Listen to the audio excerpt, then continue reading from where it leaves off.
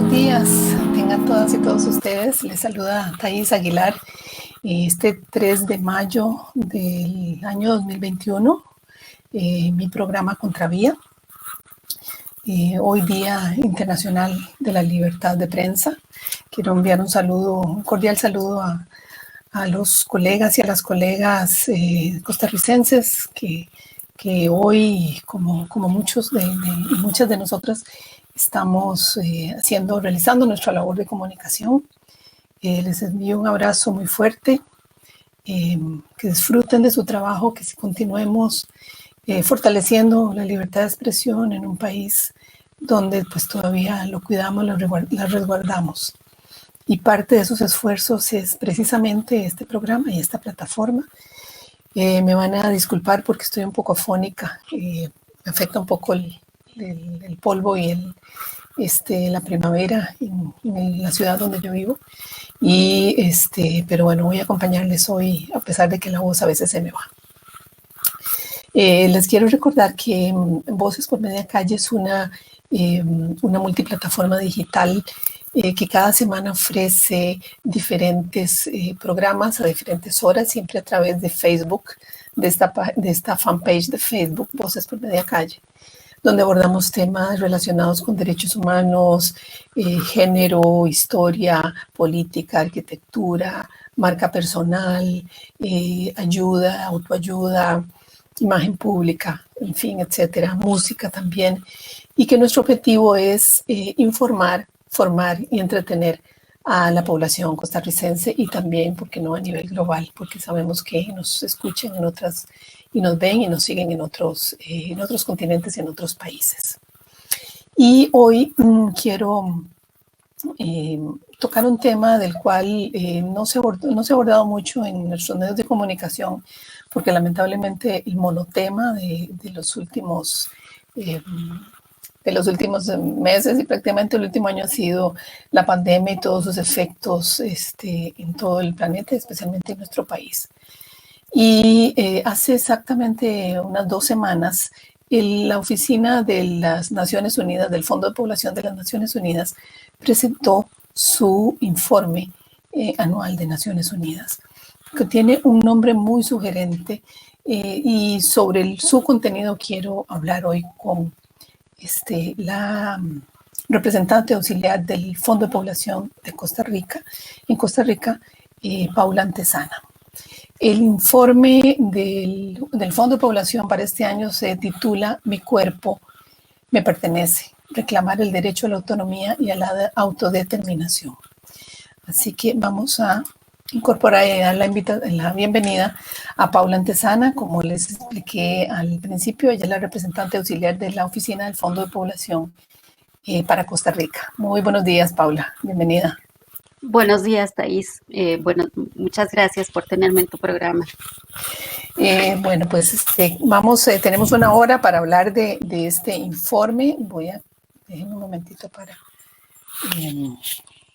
conectar mejor la señal directamente a la fibra óptica para evitar cualquier contratiempo.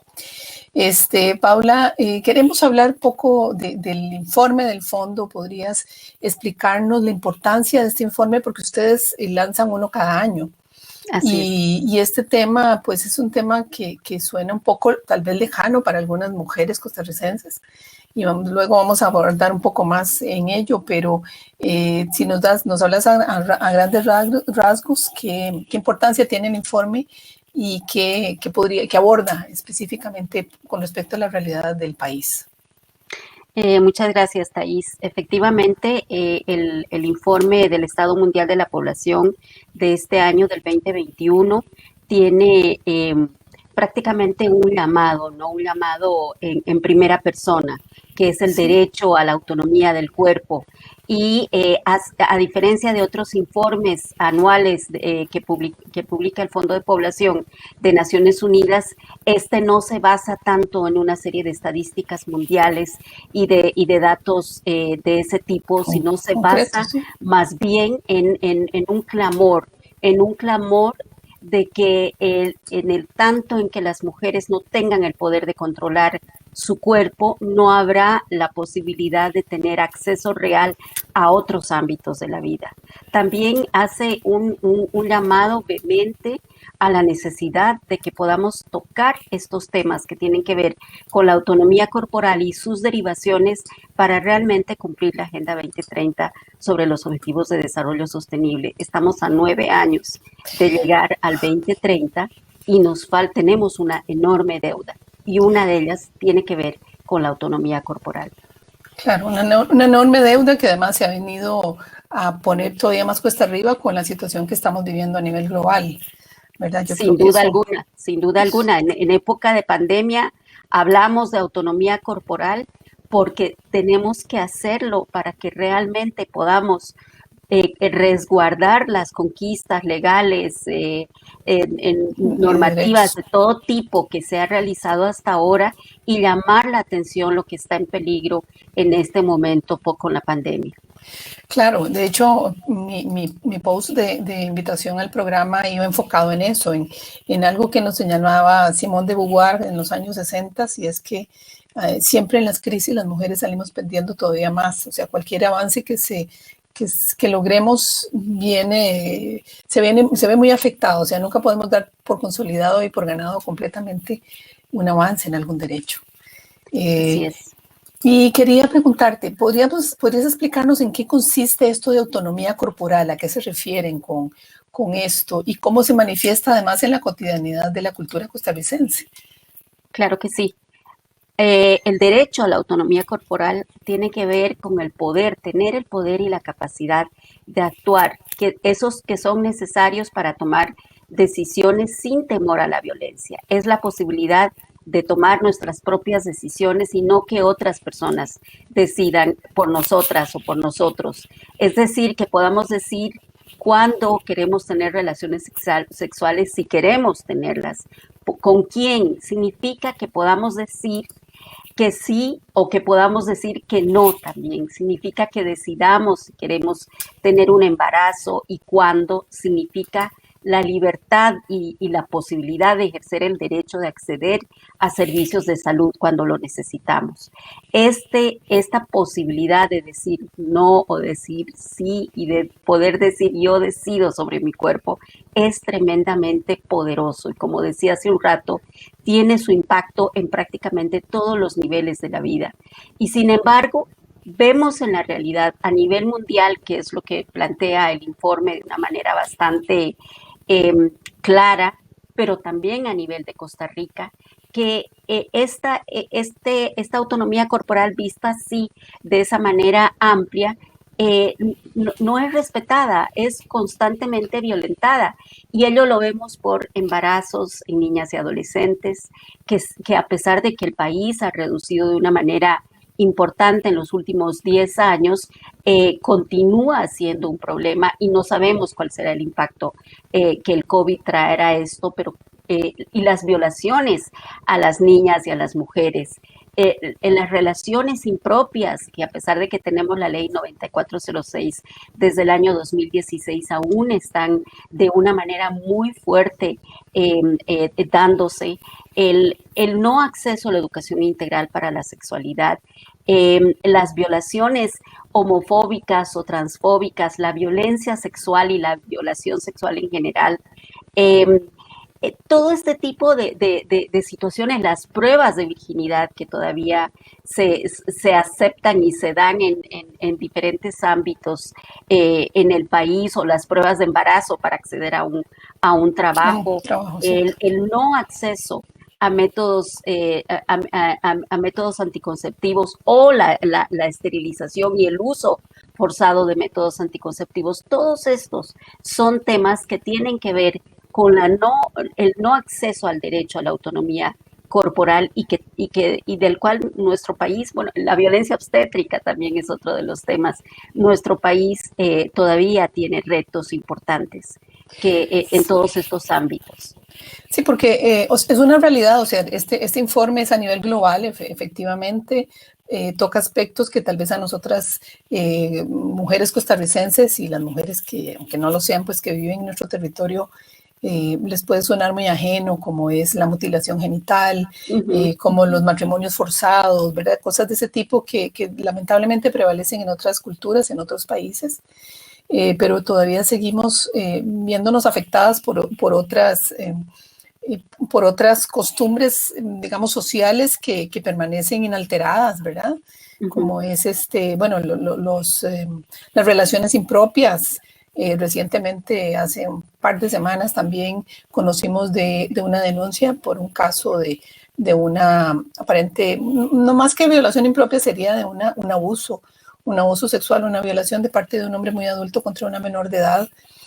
Y todavía eso seguimos viéndolo y percibiendo ese tipo de acusaciones donde las mujeres tenemos que demostrar que no estamos mintiendo, ¿verdad? Como que siempre se da por un hecho de que es una mentira, que es una acusación falsa, y eso ha sido la dinámica social.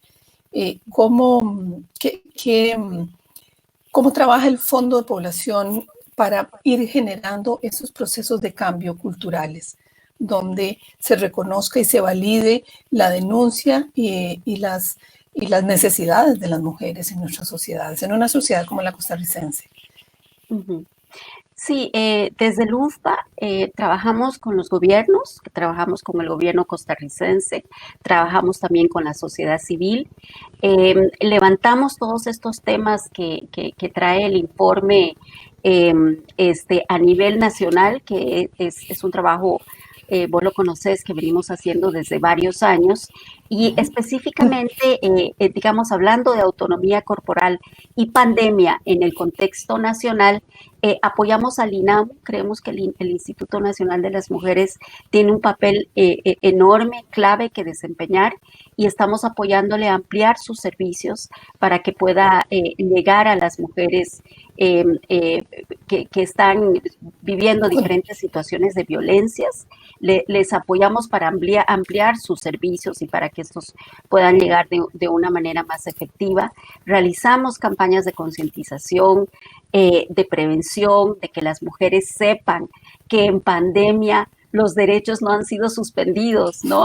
Muchas cosas pareciera que han Cierto. sido suspendidas en la pandemia, pero hay que resaltar, y eso lo hacemos vehementemente, que pandemia no quiere decir suspender derecho a vivir libre de violencia, por ejemplo.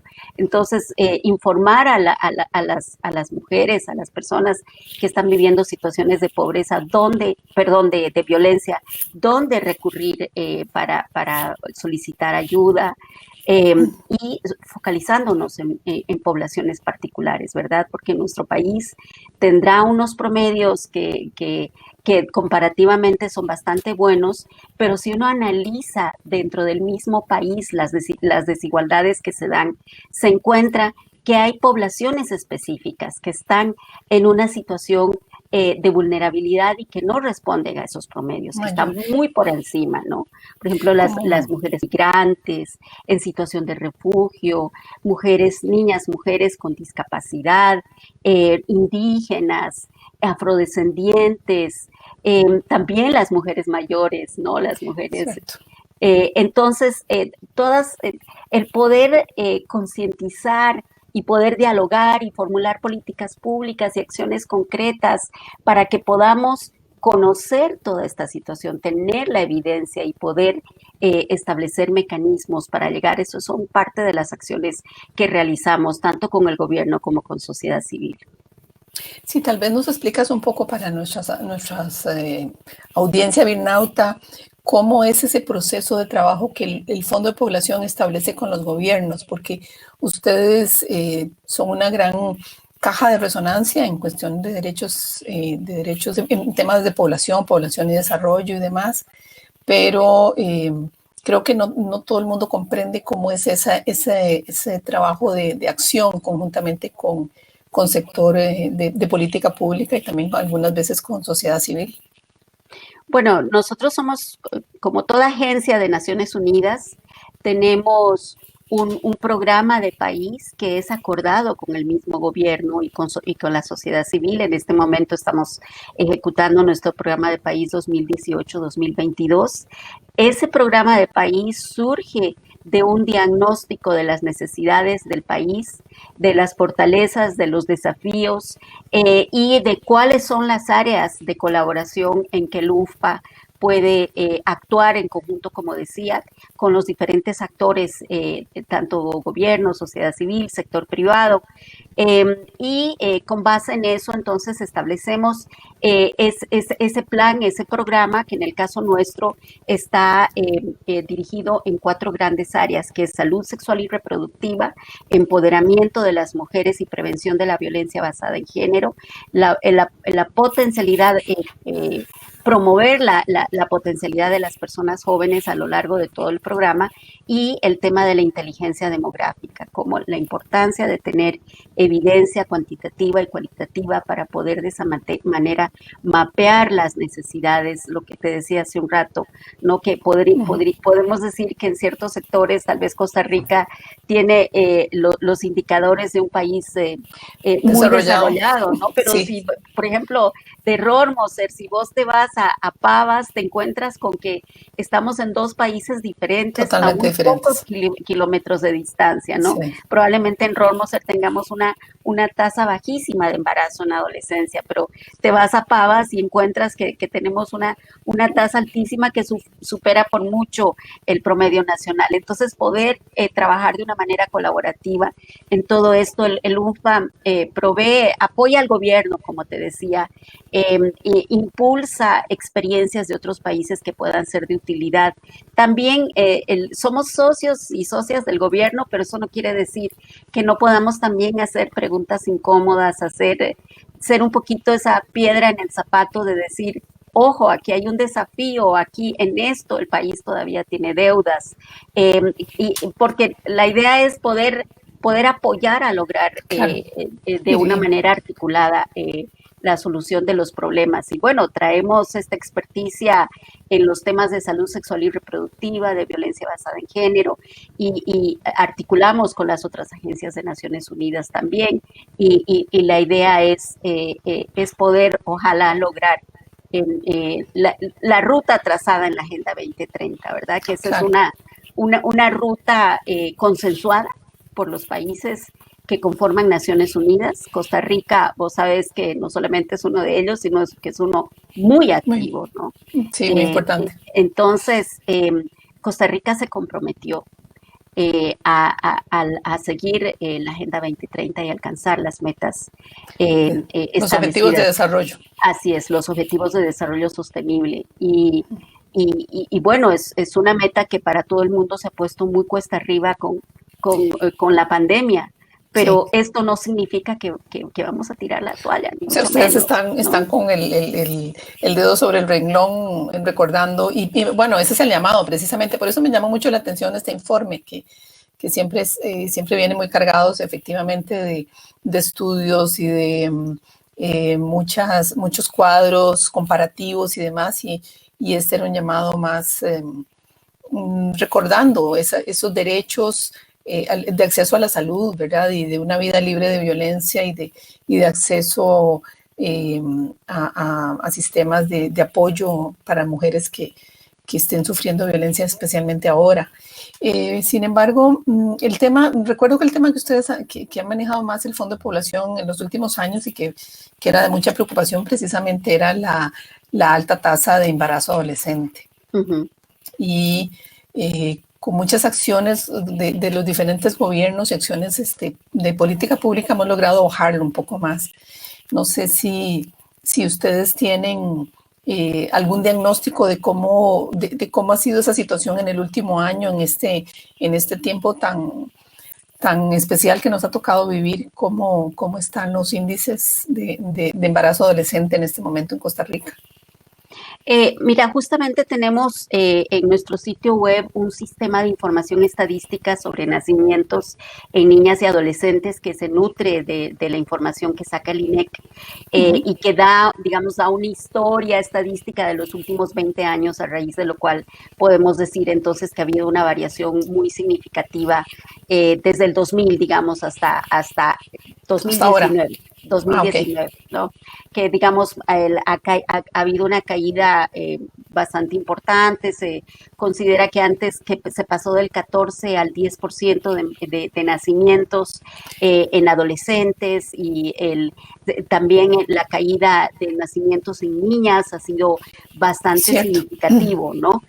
Siempre hay alrededor de unos 10 cantones que están siempre en la lista de los más altos, que superan estos promedios. ¿Podrías decirnos cuáles son? Mira, está el OSA, que aunque ahora ha bajado, ya no es uno de los primeros, pero está OSA, está Limón. Limón siempre está en los primeros 5. Creo que ahora es uno de los que, ahora digo 2019, porque ahora te cuento la información el antes y después. Esto, sí. Talamanca, un cantón también sumamente complejo, multicultural, y donde ha habido siempre está en esto de los primeros lugares. Los Chiles, Upala, ¿no? Vieras que Upala ha bajado un poco, siempre está también dentro de los 10, pero de esa zona, los Chiles, Garavito, León Cortés, que es un cantón de San José, al sur de San José, sí, donde se da mucha migración estacional. O sea, si vos ves la variedad de cantones, ¿no? Como te decía, Limón, Talamanca, Osa, Los Chiles, Garavito, León Cortés, se me quedan algunos que sin duda ¿En Guanacaste? Bueno, en Guanacaste también, si mal no recuerdo, bueno, te quedo debiendo ahorita los cantones específicos de Guanacaste, pero tienen en común que son costeros, turísticos, con presencia de población migrante, y justamente son las poblaciones en las que estamos viendo que los programas nacionales en general de prevención del embarazo, que han sido importantes, que se han dado por muchos años, todavía no ha abarcado como debería abarcar, ¿no? A poblaciones indígenas, migrantes, en situación de refugio, población con discapacidad, que es una de las más invisibilizadas, tal vez ahí ni siquiera tenemos datos. Sí. Entonces te decía que poder tener ese balance de cuánto ha impactado la pandemia, aún no podemos tenerlo, ¿no? Porque ha pasado un año de la declaratoria de emergencia. Los datos que nos dé el INEC a mediados de este año ya yo creo que empezarán a darnos, porque los datos los obtenemos principalmente del registro de nacimientos, ¿verdad? Saber cuántos nacimientos se han producido. Puede haber otros datos de registros administrativos muy importantes, pero que lastimosamente no están sistematizados y no son de acceso público, que es uno de los desafíos que tiene el país, ¿no? El país tiene un sistema estadístico robusto, lo que es el INEC, con sus, bueno, el censo, que ahora está en veremos, pero que los datos que arrojó el censo del 2011 todavía los estamos citando a falta de tener, pero están las encuestas de hogares, en fin. Sin embargo, hay el detalle para poder mapear, para poder saber dónde están los problemas en Costa Rica, necesitamos los registros administrativos, ¿no? Y estos, todavía necesitamos fortalecer, como te decía, el acceso, el saber, la importancia. Esto nos permitiría realmente tener esta inteligencia demográfica, esta posibilidad de tener acceso a datos para poder tener un panorama más completo más del preciso, país, sobre más todo. preciso. Sí, es muy importante que Costa Rica, con sus altos niveles, no pierda de vista que es uno de los países donde la desigualdad está creciendo de manera más rápida, ¿no? Sí. Y en eso no tenemos un lugar especial como creíamos que lo teníamos. Sí, no, para nada, desde hace muchos años. Sin embargo, el último El último, vi unos datos recientemente, también este año, del Centro Centroamericano de Población, que indicaba que que cayó muchísimo ahí se me fue el dato. La tasa específica de La tasa fecundidad. es exactamente. Entonces, no Sí. sé cómo ven ustedes ese, cómo pueden medir ese dato con respecto a esos otros vacíos que vienen a partir de ese recuento del INEC que está un poquito Sí, atrasado. ese, digamos, es una tendencia de Costa Rica, ¿no? No, Sí, no es reciente, ya hace sí. eh, Desde finales del siglo pasado desde finales sí hubo venía incrementando. y que tiene que ver con el empoderamiento de las mujeres, su Uh -huh. acceso al mercado laboral, Sí. los servicios Los de niveles de salud educación. Uh -huh. los niveles de educación, como los servicios de salud.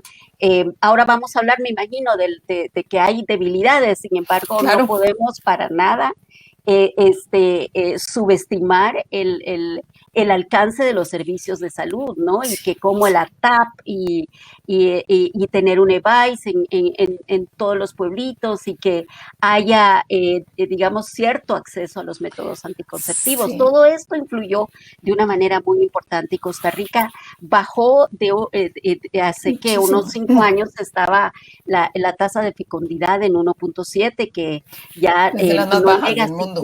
no llega siquiera al nivel de reemplazo. Y ahora lo que el estudio que hace el CCP con los datos del INEC dice que ha caído aún más, ¿no? Sí. Y como te digo, entonces esa es una tendencia que venía, porque además que ya se venía, pero que nuevamente son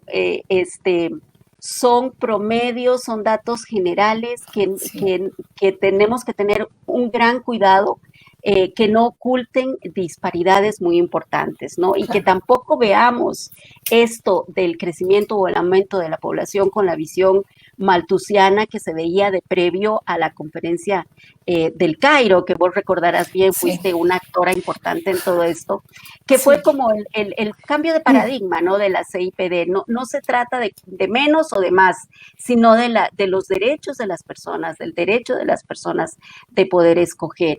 Así que yo creo que todavía tenemos que esperarnos este año probablemente para poder tener un conocimiento más preciso del impacto de la pandemia, ¿no? Pero claro. ya hay algunos indicadores que nos dicen, por ejemplo, que el aumento de la pobreza y el aumento del desempleo obviamente está afectando el nivel económico de las personas para tener acceso a métodos anticonceptivos, Claro. y que las mujeres y las personas, mujeres y hombres, están teniendo un impacto muy importante en el acceso a métodos anticonceptivos con la pandemia, ya sea porque en los centros de salud muchos suspendieron sus consultas regulares, por decirlo de alguna manera, se dedicaron solo a COVID, Sí. o porque las personas tienen un gran miedo de ir a los centros de salud y tener acceso a sus métodos anticonceptivos. Entonces, los métodos, como lo que son los más utilizados en Costa Rica, la pastilla, la inyección de 3 meses, lastimosamente, y la esterilización, digamos que son como los 3, frente a otros métodos de larga duración como el DIU, el implante, la inyección de más largo aliento y demás. Esos métodos de larga duración me parece que son los que pueden seguir evitando embarazos no deseados, porque claro. los métodos de corta duración sí han sufrido un impacto. ¿Ustedes tienen datos de eso? Estamos en proceso. Como te Ya. digo, justamente tenemos que analizar los datos administrativos, de registros administrativos.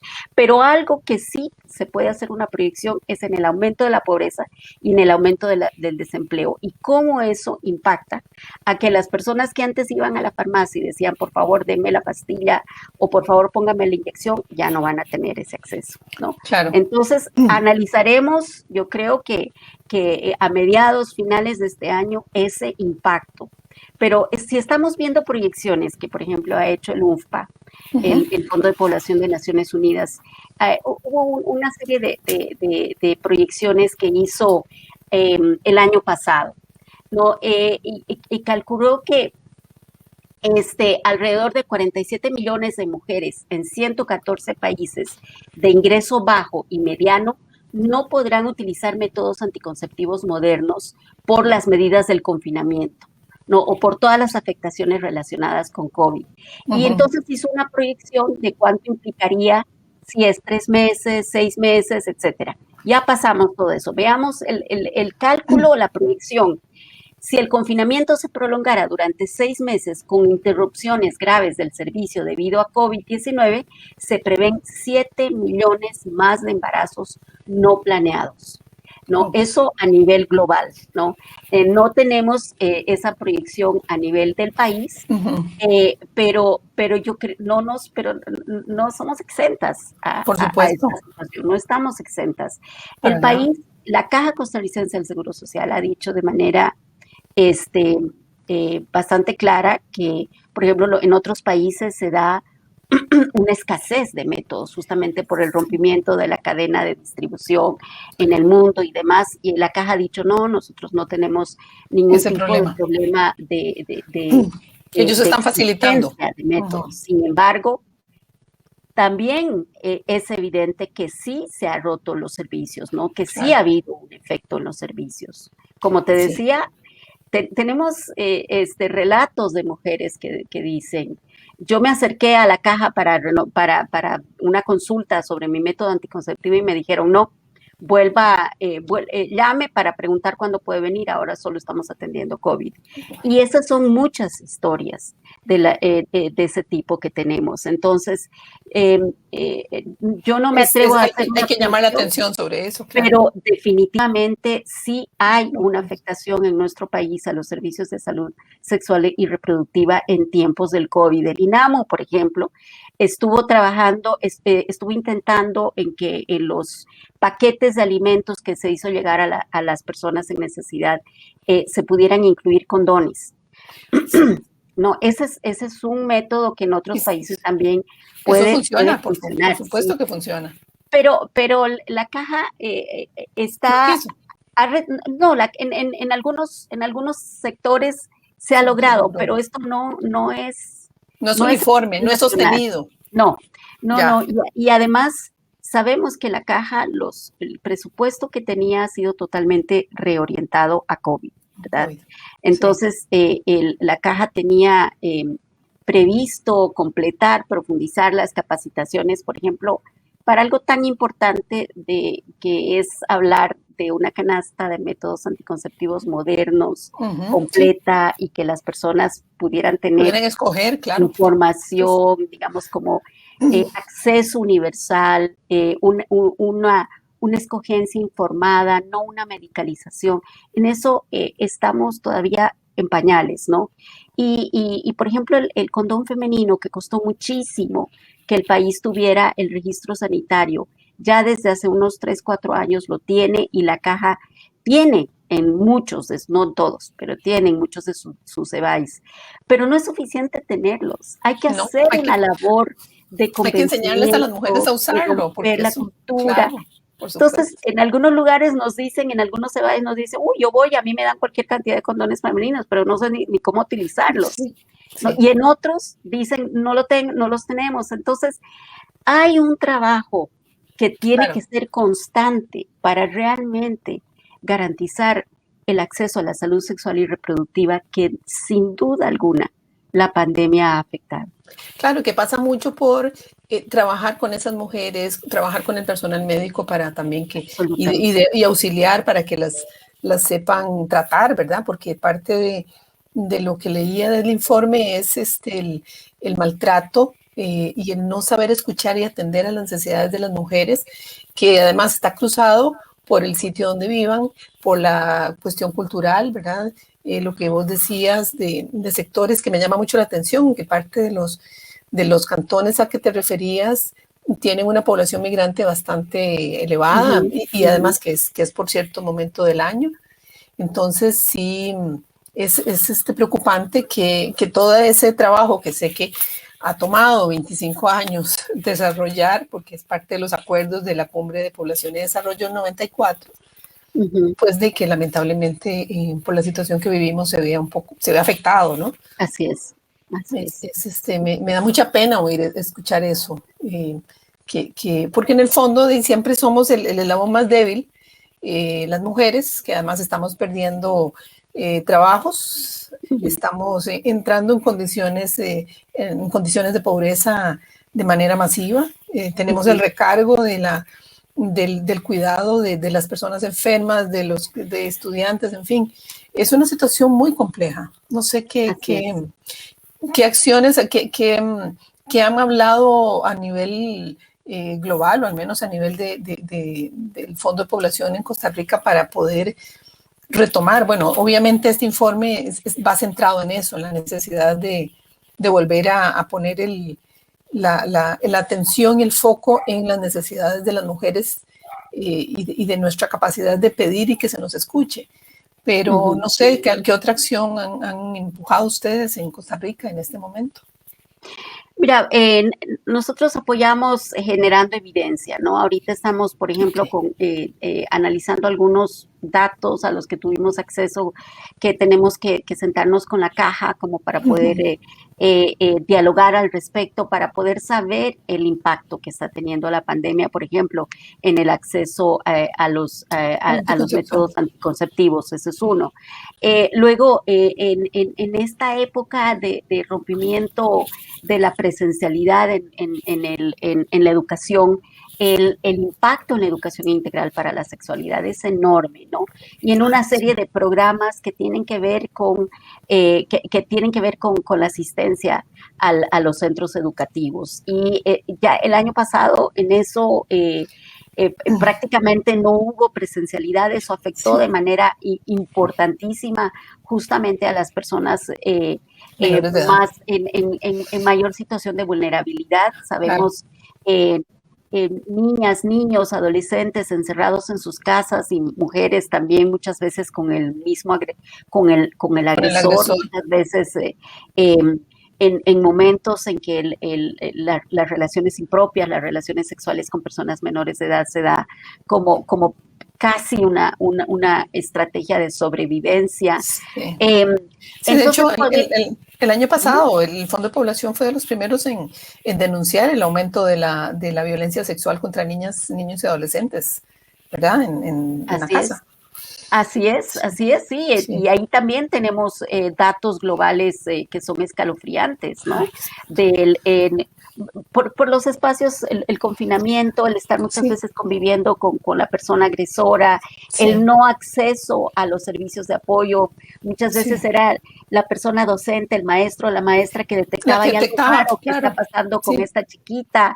Entonces se ponía a investigar y se daba cuenta que detrás de eso había una situación de violencia grave o leve, como fuera. Siempre es una situación de violencia. Eso se ha perdido, ¿no? Y luego los programas de sexualidad y afectividad que el MEP los tiene ya incorporados en su programa, pero que dependen de psicología, de orientación. Y de un espacio seguro también. De un espacio seguro, exactamente. No es algo que de repente desde una pantalla se pueda dar. Tenían y si se hace una selección de qué materias se va a dar en pandemia, me temo mucho que los temas de educación integral para la sexualidad sufran un impacto. Y eso son palabras mayores para nuestro país, ¿no? Por supuesto. Porque los datos nos están diciendo de manera muy fehaciente, los cuantitativos, pero los cualitativos en mayor forma, que muchos de los problemas vienen de una deficiente o de una inexistente educación integral de la sexualidad. Claro. Sí, eso es muy preocupante. Realmente me genera mucha tristeza y mucha preocupación eso, esa toma de conciencia de lo que está señalando.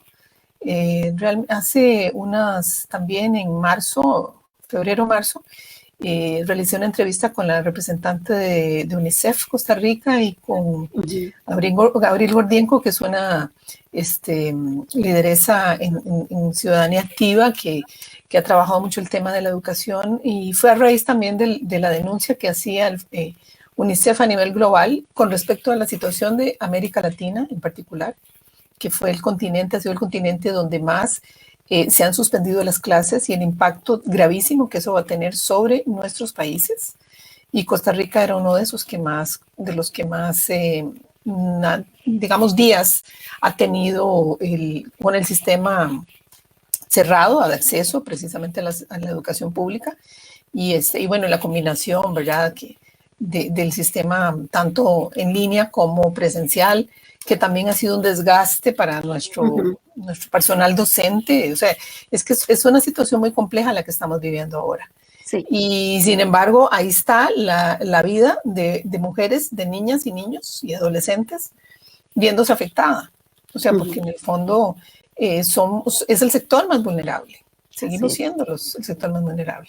Así es. Así que es preocupante. Puede ser que entonces todas esas acciones que hemos venido desarrollando a lo largo de los años de mejorar y de bajar el acceso, la tasa de embarazo adolescente, las relaciones impropias y que todo esto se vaya a agravar, me imagino. Bueno, esa es la enorme preocupación, ¿verdad? Y ese es el trabajo es en llamar la atención sobre eso y buscar las maneras de poder detener el retroceso en los logros que hemos alcanzado, sin duda alguna. Sí, entonces por eso el enfoque del informe. O sea, es que realmente me llamó mucho la atención porque sí es una palabra, digamos, es un título muy ambicioso, ¿verdad? El control de nuestros cuerpos y demás, pero sin embargo, eso lo entiende una cuando maneja términos de derechos humanos, pero a la hora de explicarle a la gente cómo se manifiesta eso, que ese siempre ha sido mi meollo en temas de comunicación, cómo explicarle a la gente cómo operativizar los derechos humanos. ¿Verdad? Cómo decir, este cuerpo es mío y lo que eso significa, porque además también genera mucho miedo. Claro. ¿Verdad? Claro. Entonces... Sí. Y está comprobado que en el tanto en que tengamos esa posibilidad de decidir sobre nosotras mismas, sobre nuestro cuerpo, vamos a poder incorporarnos en todos los ámbitos de la sociedad, ¿verdad? Y eso también tiene que ver con combatir también la visión adultocéntrica y pensar que tenemos poder sobre los cuerpos de las niñas y de las adolescentes y de los niños y de los adolescentes también, ¿no? Claro. No respetar que ese derecho que, como decía, tiene muchísimas ramificaciones. Sí, es cierto. Y el Fondo de Población también ha trabajado el tema de la masculinidad, ¿verdad? Porque también el informe tiene en las últimas páginas, toca de nuevo el tema de la masculinidad, la necesidad de trabajar esa socialización de ejercicio de poder que se le enseña a los hombres en esta cultura patriarcal latinoamericana y costarricense. Y no sé me gustaría saber qué acciones ha desarrollado el Fondo de Población en esa materia en Costa Rica y si continúan y si está trabajando, porque nada hacemos con mujeres empoderadas y demás si seguimos teniendo hombres pensando de manera equivocada con respecto a nuestros derechos. Sí, mira, tenemos campañas de concientización, también trabajo con distintas organizaciones para poder promover justamente masculinidades positivas, poder realmente fortalecer esa idea de que es una alianza común, ¿no? El logro por la igualdad de género es una alianza común y pasa realmente porque tengamos una perspectiva no discriminatoria, ¿no? Y que también discrimina el hecho de pensar que el hombre tiene que ser agresor, tiene que ser controlador, el controlador, el que toma las decisiones, el que puede ejercer la violencia, etcétera, etcétera, ¿no? Eso es también una forma de discriminación. Entonces, poder encontrarnos en una alianza en que podamos generar también el derecho a tener estas masculinidades positivas, solidarias, orales, que podamos trabajar de una manera conjunta, que podamos desarrollar las potencialidades del niño, del adolescente, en toda su amplitud, no en un concepto, en una visión trasnochada patriarcal que les asigna un rol particular, que suele ser depredador, que suele ser violento, que además se supone que no siente, se supone, etcétera, etcétera. Eso también es parte de lo que queremos lograr, ¿no? Tenemos Llamado. que lograr eso también para Claro. alcanzar la Agenda 2030. Y Paula, ¿cómo manejar ese tema públicamente en un momento en el cual vemos también corrientes políticas muy conservadoras que procuran cuestionar y eliminar parte de esos derechos adquiridos y que hacen ver que eso atenta contra, digamos, los derechos de la familia y cosas por el estilo, que sabemos que no es así, pero que hay una gran desinformación alrededor de ese tema? Y que estamos además acercándonos a un proceso electoral dentro de casi un año y que lamentablemente en otros países y en el nuestro propio también se usó como una gasolina para hacer una campaña de desinformación con respecto a los derechos. Porque siempre en ese sentido se va contra los derechos adquiridos, especialmente los derechos sexuales y reproductivos. ¿Cómo podemos combatir eso en este momento? ¿Qué ideas podrías darnos? Realmente lo que acabas de decir tiene su propia respuesta, ¿no? Es el derecho a tener acceso a información fidedigna. Eso es número uno, ¿no? Y poderse explicar realmente. Costa Rica ha llegado a los índices positivos que ha tenido justamente por respetar los derechos humanos y por avanzar en los derechos humanos, particularmente de las mujeres, en todos los ámbitos. Sí. Y el que hayamos ratificado una serie de instrumentos de derecho internacional no es un hecho formal, no, es un hecho sustantivo que se ha traducido en la mayor parte de los casos en un marco jurídico nacional sólido, coherente con los derechos humanos. Entonces, un poco la pregunta es, ¿queremos mantener y consolidar esto o queremos ir para atrás? ¿No? Y queremos ir para atrás y hacer nugatorios los derechos de las mujeres. El lanzar cortinas de desinformación, apelar a sentimientos, qué sé yo, de miedo, religiosos, me parece que de desinformación. De desinformación no es válido para una campaña, para nada. Pero se están usando, o sea, lamentablemente se han usado y lo vimos fuertemente, o sea, fue muy lamentable, ¿verdad? Muchas personas trabajamos por combatir todas esas informaciones falsas, ¿verdad? Sin embargo, la gente escucha lo que quiere escuchar y lo que la hace sentir identificada con cierto tipo de corrientes de pensamiento, pero sí, a mí me preocupa mucho en medio de toda la vorágine que está provocando el confinamiento, la situación de salud, la situación además fiscal del país, en fin, viene a sumar una situación que nos puede que nos puede hacer retroceder muchísimo en materia de derechos sexuales y reproductivos y de calidad de vida de la población más vulnerable del país. Sí, puede, es un peligro, pero a la vez también es una oportunidad, ¿no? Es un desafío. Es una oportunidad, un desafío si nos unimos, si realmente es un poco apelar, ¿no? Apelar a la gente, apelar a que se informe bien, a realmente no caer en la trampa del miedo, del pánico por informaciones que son falsas, en entender un poco por qué Costa Rica tiene un país privilegiado en el respeto a los derechos humanos. Entonces eso puede ser una oportunidad, ¿no? Y siempre respetando los derechos de todas las personas, el derecho a la libertad religiosa, eso es fundamental, ¿no? Y eso no es excluyente de los derechos humanos, todo lo contrario, debería ir mano a mano.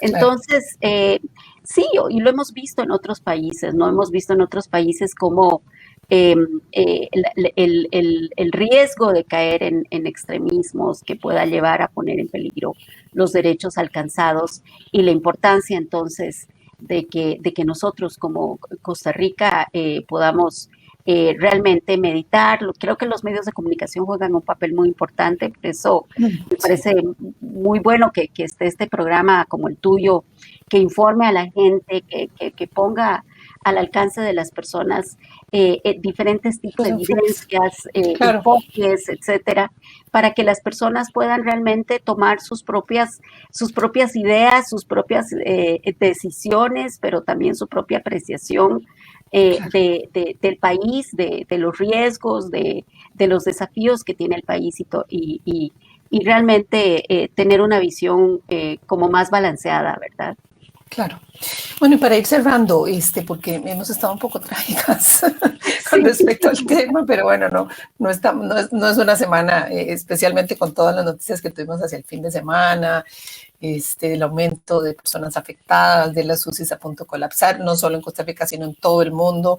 Y eso yo quiero hacer un hincapié en eso, que la gente tenemos esa manía de vernos las y los costarricenses como si fuéramos el centro del universo y del ombligo, y no, eso está sucediendo en todo el mundo. Y tenemos la gran dicha de contar con un sistema de salud profundamente robusto, que eso, bueno, que lo digan muchos de nuestros vecinos centroamericanos, cómo la están pasando de mal, o en América Latina. Y que el problema de las vacunas tiene que ver lamentablemente con un problema de acceso a las vacunas y de quién puede pagarlas y de la limitación que hay, ¿verdad? Y que de los países ricos son los que están pagando las vacunas más caras y esto comenzó a escasear precisamente cuando Joe Biden decidió vacunar a 100 millones de estadounidenses en sus primeros 100 días. Ahí comenzó la gran escasez de vacunas en todo el planeta. Claro. Entonces, porque yo oigo muchísimos comentarios, no solo en redes sociales, sino de personas amigas que señalan como que el país, que qué desastre, que no hay vacunas. Miren, es que no hay vacunas en ningún lado.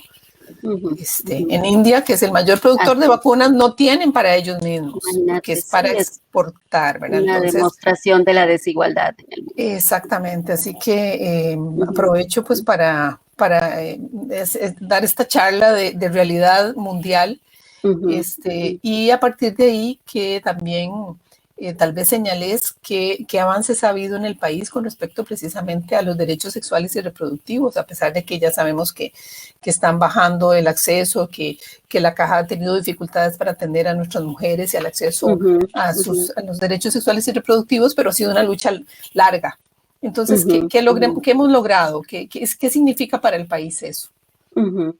Bueno, una por otra, ¿verdad? Hablábamos de los desafíos en el tema del acceso a los métodos anticonceptivos, pero por otro lado, el país ha ampliado su canasta de métodos anticonceptivos recientemente, ¿no? Ha incorporado el condón femenino, como veíamos, como hablábamos hace un rato, el implante subdérmico.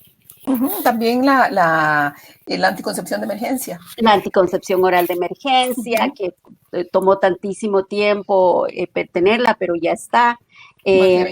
Luego tenemos ya aprobada la norma técnica sobre el aborto impune, y también el lineamiento de la Caja Costarricense del Seguro Social. Esa era una deuda que tenía el país y ya lo tenemos.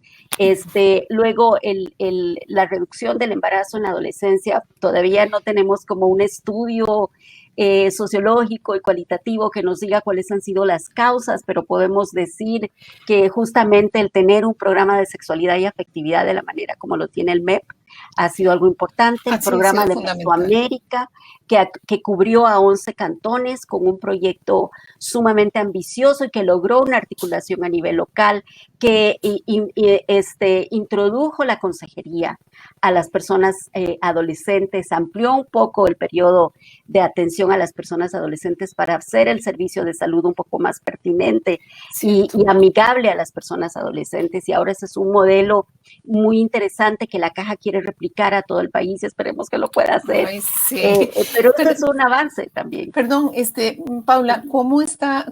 Recuerdo porque yo en diferentes medios que he estado, hice muchos reportajes sobre el tema del embarazo adolescente, y recuerdo que en 1985 la cifra era del 21% de las mujeres primerizas en Costa Rica en esa época, el 21% eran menores de edad.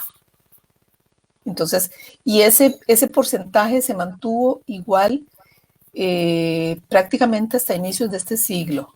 No sé si tienes ese dato ahora. Sí, ahora se calcula que es alrededor del 10%, Del 10%, ¿no? o sea, logramos Ha bajarlo bajado, sí, sí, sí, porque costó muchísimo. O significativamente. sea, yo recuerdo, porque ese era un dato que siempre lo tenía muy, muy fresco, porque a mí me daba, la primera vez que lo comprendí, que fue en 1985, que no se me olvida el año, creo que tengo ese recorte periódico donde lo publicamos,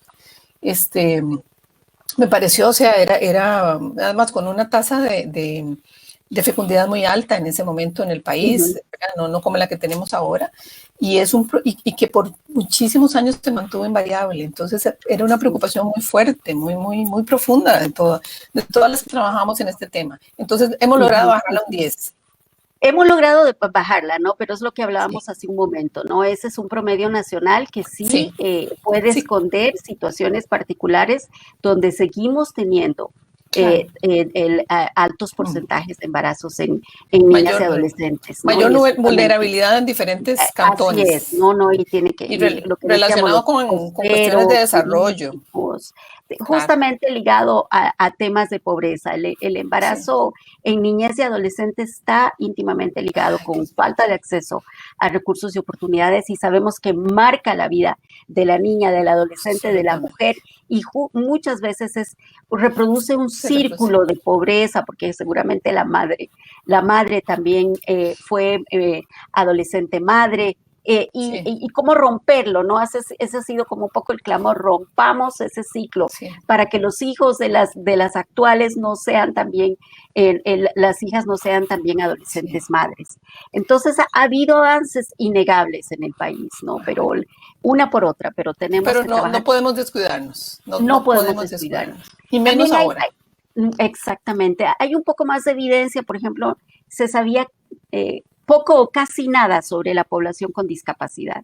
Ahora ha habido la encuesta nacional de personas con discapacidad que se hizo en el 2018, que tomó una muestra representativa muy grande e importante, nos reveló información que ya tenemos un poco más de información sobre las personas con discapacidad. Ese también es otro de los avances que tenemos, aunque con esa información tenemos que saber qué hacer, ¿verdad? Porque no es tener información por tenerla, ¿no?